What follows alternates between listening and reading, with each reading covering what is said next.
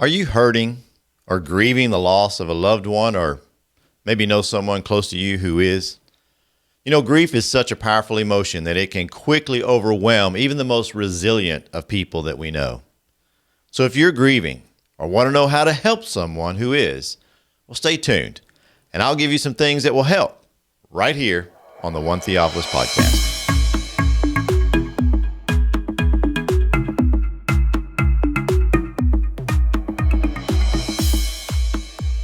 Welcome to the One Theophilus podcast, a weekly devotional to encourage you and to lift you up. And it's all centered around trying to serve God and to get closer to Him through His Word, the Bible.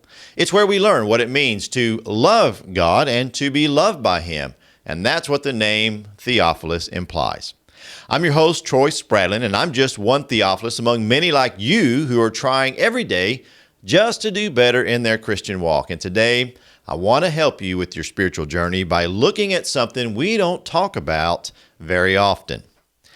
And that's this powerful emotion that can take us by surprise and quickly overwhelm us and sometimes be extremely difficult to manage. And that emotion is grief. It's the mourning of a loved one who was lost. And from my own experience as a minister, I know that on any given Sunday that the seats out there are full of people who are struggling in some form or another. There's always someone who's dealing with financial burdens or worries, or others who are facing difficulties with their health. Still others who may be having marital problems, and there might even be some struggling with addiction, either drugs or alcohol, pornography, or many other things. But then there's almost always someone or many ones who have a deep pain within their heart as something has triggered the memory of a lost loved one. They're mourning. You see, the thing about grief is that it has no limits. There's no specific parameters or boundaries, and it can just inundate our hearts and minds at any second. So I want you to know, my heart truly hurts for all those struggles and pains that I just mentioned. But today I want to focus on those who are grieving. And I want to give you 7 points of encouragement that I pray will not only lift you up, but will help you in the healing process. Now, if you're listening to this podcast and you're not grieving, well, I promise that this will still be useful to you and encouraging because it will help you to know what to say and do to help those that you love who maybe are mourning at this time or sometime in the future. As well as these points will become useful to you one day if you wind up losing someone yourself.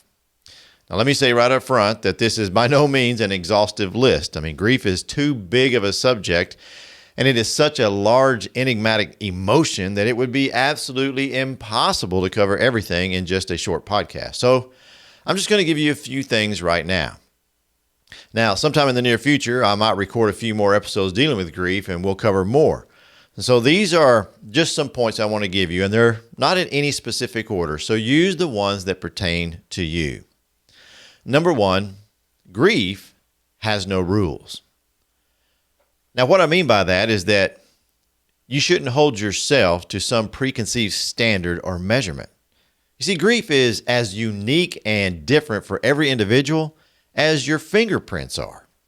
The relationship of the one grieving to the one that's died is not the same as the relationship that existed with the deceased and someone else, even in the same family. You see, every relationship is different, meaning everyone will grieve differently from that relationship. So if you want to or need to cry or feel that pain at any time or any place, then do so. Don't be ashamed. I believe it was Queen Elizabeth who said, "Grief is the price you pay for love." So consider your tears an expression of that love for the lost one that's in your life. Also, if you just want to be alone or even the opposite, go be with people, then do that. The point is, just don't place unrealistic stipulations upon yourself. Simply take one step at a time, one breath at a time, because it's not a race. Now, part of the healing process is simply knowing that you must be free to grieve in the manner that will help you most. Now, if you're one who wants to help someone who's grieving, well, the same applies to you. Please don't expect the one that's grieving to process their pain by how or what you think that they should. For example, if you lost someone and was able to heal quickly and go back to work or some other means of processing your grief, Well, that doesn't mean that someone else who is grieving should do what you did. So please, don't place any rules on someone else about how they should grieve. Just be sincere. Show them your love and support them the best you can. Now, number 2, focus on healing. I know I just said that there are no rules, and that's still true, but that doesn't mean that no goals or objectives should be set. You need to grieve the way you need to grieve, but recognize that you should never stay in that place or in that state of mind permanently. While everyone's going to heal at different rates and processes, well, there should still be a focus on healing. You see, you've been wounded. Your heart is hurting, and serious wounds are felt deeply. But just like you would not want a deep flesh wound to remain open and never heal, well, so too you shouldn't want the wound of your heart, the grieving that you have, to remain open and never heal. Just like you would tend to that physical wound by dressing it and cleaning it, taking your antibiotics and other medicine, or even going to the doctor and so forth, your focus would be on that healing, recuperating from that wound. Well, it's the same with loss. With grief, focus on healing from your loss. It does not mean that you're going to forget or that the pain is going to completely go away. You're just not going to let it dominate everything about your life, because you are alive, and I promise you, your loved one would want you to heal. They would not want you to stay in the same place that you are. I mean, just think about it. Reverse the order. If you had passed and your loved one had lived, wouldn't you want them to heal and learn to live? Well, of course you would, because you love them. Well, your loved one loved you. So don't forget them, of course, but heal and learn to live within this new pattern of life. Now, one way to focus on healing is to spend time in God's Word. This is point number 3. And I'm going to be blunt with you. The only way you're truly going to heal is by letting God in, by spending time with God, by leaning on God. You see, so often, people that I know, and I even did it myself, will forget God, lose sight of their faith because they're so focused on the pain of grief. Listen, if there's anybody you need more right now, it's God and His Word. For example, think about these words of Psalm 23 that says, "Yea, though I walk through the valley of the shadow of death, I will fear no evil."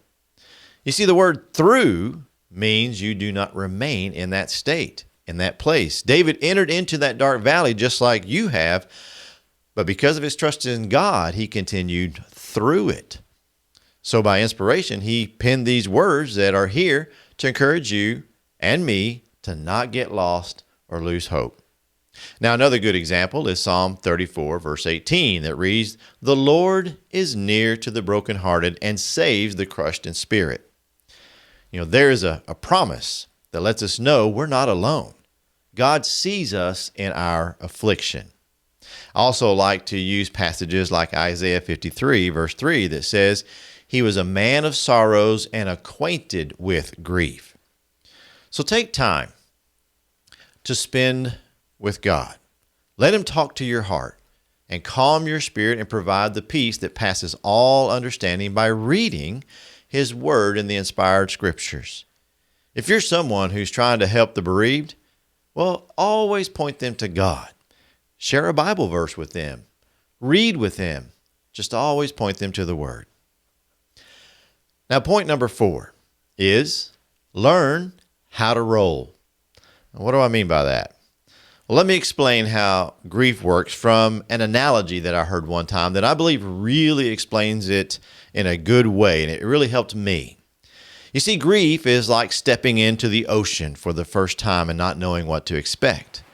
There you are, just standing knee-deep in the beautiful water, enjoying the view, when all of a sudden, bam, you get hit by a giant wave and it knocks you completely off your feet. So you wind up tumbling and you lose your breath and you have no idea which way is up, and it's all just so confusing. But finally, you get your footing and you start to stand up. And then wham, you get hit again. But this time, at least you know which way is down and you start fighting to get your feet planted. You just have enough time to get your breath, then bam, once again, you get hit. But now your toes are dug in and you start to lean into the wave and you come out standing up on the other side. Now, the waves keep coming, but each time you learn how to brace yourself and navigate a little bit better. And eventually, the waves will get a little further apart, but they're going to keep coming. And every now and then, a big one's going to come along. But each time, you do better, and you know what you need to do or how to manage it in order to get through the other side. And that's what I mean by you've learned how to roll with it. You see, that's how grief works. It comes in waves. The waves may never go away, but you learn how to handle yourself in the turmoil. Now, I'm saying all this from my own personal experience because I too have suffered grief. I suffered grief as a young teenager with the loss of one of my best friends, and then the loss of a few other close friends later in my youth. And then as a young adult, I grieved at the loss of a favorite grandparent that I was very close to. And then in 2015, I lost my mother. On top of that, I've preached many, many funerals, and I've counseled countless numbers of precious souls who were grieving. So please know that these are not just some generic list of to-dos for those who grieve. These are things that I know work because I felt the waves of grief myself. Now, number 5, don't resist your new reality. You know, most people hate this one because when we're grieving, we want to focus on the past, what might have been, and a myriad of other memories. But the fact is, we're now living in a new reality. Whether we accept it or not, it's still how things are. And our lives are now different. Responsibilities have changed, habits and schedules and even family traditions have changed. And that's a lot to have to process, I know. But the sooner we simply recognize and acknowledge that life is different now than what it was because our loved one is no longer with us, well, then the sooner you'll be able to heal. Doesn't mean you have to embrace it right away or even do it all at one time. But resisting reality is not going to help the pain of grief. So when you do accept it, just take one step at a time, one breath at a time. Don't make big decisions right away if you can avoid it, and just ease into this new reality. It's kind of like those waves that I mentioned earlier. And if you're listening in order to help someone who is grieving, well, you can help by just being patient. Let them go at their own pace. And also, don't try to take over the decision-making process for them. Offer to help with some of the responsibilities at first, and the main thing is just simply be sincere and show them your heart and your love, and that will help them ease into the reality easier than anything else you can do, simply by providing stability with your support. Now, number 6 is extend a little grace and mercy. I mean, if you're the one that's grieving, you need to be a little more understanding of those who may say some words that just don't help. And they're going to say some very inappropriate things, and sometimes it seems very uncaring and even hurtful. But most of the time, that's not their intention. You see, many people just have never really grieved deeply, and they just don't know how to communicate well with someone who's hurting, who's bereaved. So don't let that add to your pain.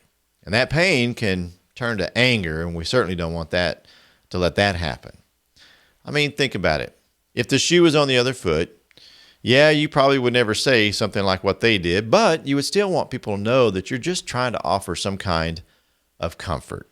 So extend a little grace and mercy. Now, in the same token, if you're the one who's trying to help or comfort someone, well, you need to extend a little mercy and grace to them for their feelings and needs also. For example, just don't say something like, "I know how you feel." I mean, that's so common because it's just not true, because every loss is unique, as we said earlier. I would even suggest don't tell the bereaved how good they look or something like that, just to avoid talking about how bad they might feel. It doesn't help to tell the grieving person that, well, heaven got another angel, or you shouldn't even make things like look on the bright side type statements. It's just not good or helpful. And so don't make assumptions or even give unsolicited advice, because instead, really what we need to do is just simply show them that you want to help them, that you want to comfort them, and that you love them, and you'll do whatever is best for them. In fact, take your conversation cues from them, and remember, even just sitting there with them in silence is okay. Now, number 7, is take care of yourself. Be sure and get enough sleep. I mean, one of the first struggles with grief is losing sleep. So find a way to get some rest, because without it, the various things associated with pain will only increase and worsen. Rest will help you in so many ways. If you need to, seek advice from your doctor or do whatever you need to figure out how you can get some rest, how you can sleep. And then in addition, make sure you get enough nutrition. Another challenge that comes with grief is the loss of appetite or the gaining of an appetite. So be careful with that, because a lack of nutrition will compound your grief in many ways. And then too much nutrition, of course, will really change things. You want to be careful with your energy levels, which are already challenged because of chemical and hormonal imbalances and other physiological changes that happen whenever you're grieving and then you don't get enough to eat. So eating and resting will help you in the grief healing process. Now, another means of taking care of yourself is to stay active. While it's certainly fine to be alone, take time to grieve, stay in bed longer than you used to if that's what you need to do. When you are up and about, well, just take a little walk or do something for yourself. Just be active and engage in life's activities and things that whatever works best for you. So, okay, there you have 7 quick tips to help you cope with grief or tend to someone who is grieving.